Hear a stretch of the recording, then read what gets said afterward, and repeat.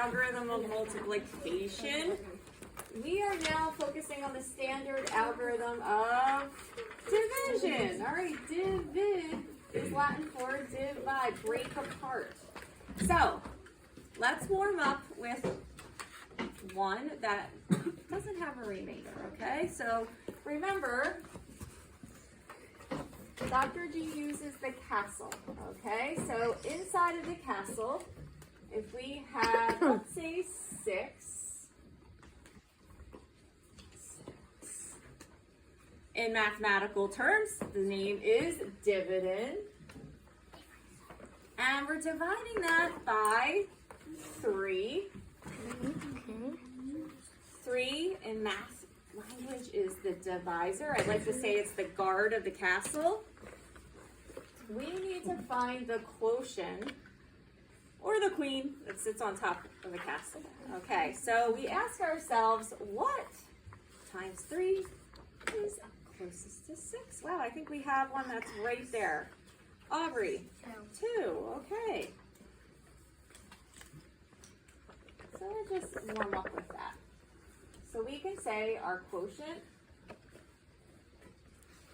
or the queen, gets at the same sound, is 2.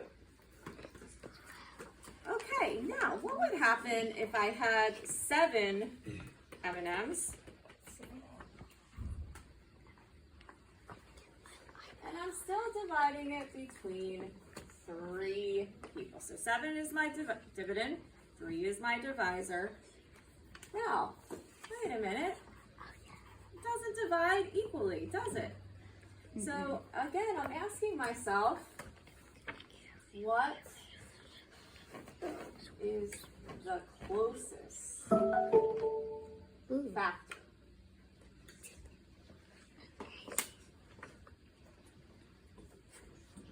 Okay, to the multiple without going over. So 3 times 1, okay, that's 3. 3 times 2 we know is 6. But 3 times 3 is 9. Is that too much? That goes over the dividend. So that doesn't work. So what should work? The 2. 3 times 2. 3 times 2, right? That makes sense. So we're going to place the 2 here. And this is when we use does McDonald's sell Cheeseburgers. All right, so divide. We're going to multiply, subtract, and then do we have anything to bring down? And we have with a remainder of 1.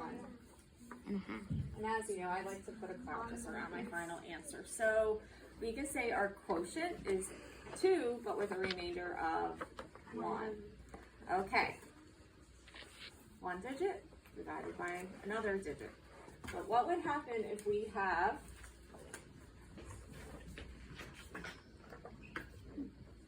say we'll just warm up with 16 divided by 4. Now, you take a look, that doesn't make sense. We're not going to divide 4 into 1 because 1 is less than the divisor, okay? So we don't really have to do that. So we're going to move to the 10s, the 6. So we ask ourselves again, what is the closest factor? I'm going to ask myself, what times 4 is 16? Shout it out. 4, okay. Now, we really don't have to do too much, but this is important because I was noticing, even if I was working with my daughter Livy on this, she liked to place her answer here. Why is that not correct?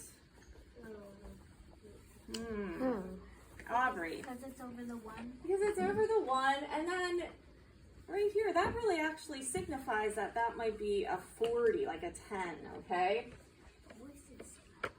So we want to make sure we place that here. So 4 is the quotient. Now, I think you're going to predict, what if I have 19 and I'm still using the same divisor of 4? I'm going to still ask same question. What is the closest factor that I can use? So if I say 4 times 5, what's 4 times 5? 20. That's 20. Is that too large? Yes, that's 2. So what is the closest without going over? 4 times 4 is 16. 4 times 4. Okay, so what we just did, we just divided. So does multiply. 4 times 4 is 16. Sell or subtract. 19 take away 16 is, shout it out, 3. And then in this case, do we have anything to bring down? Is the dividend larger? No. So we could say 4 with a remainder of 3 is our quotient. Okay, do you think we're ready for 3-digit number? Yes. Probably. All right. Actually, we're going to save that for tomorrow. Okay? Now, you can take these bookmarks home tonight because for homework, remember, you're not using the array. Okay? I want you to actually squiggle through that just like what we did earlier. I want you to practice your standard algorithm. You have graph paper. You can take this home. You also have your bookmark. So let's slide that in. Agenda.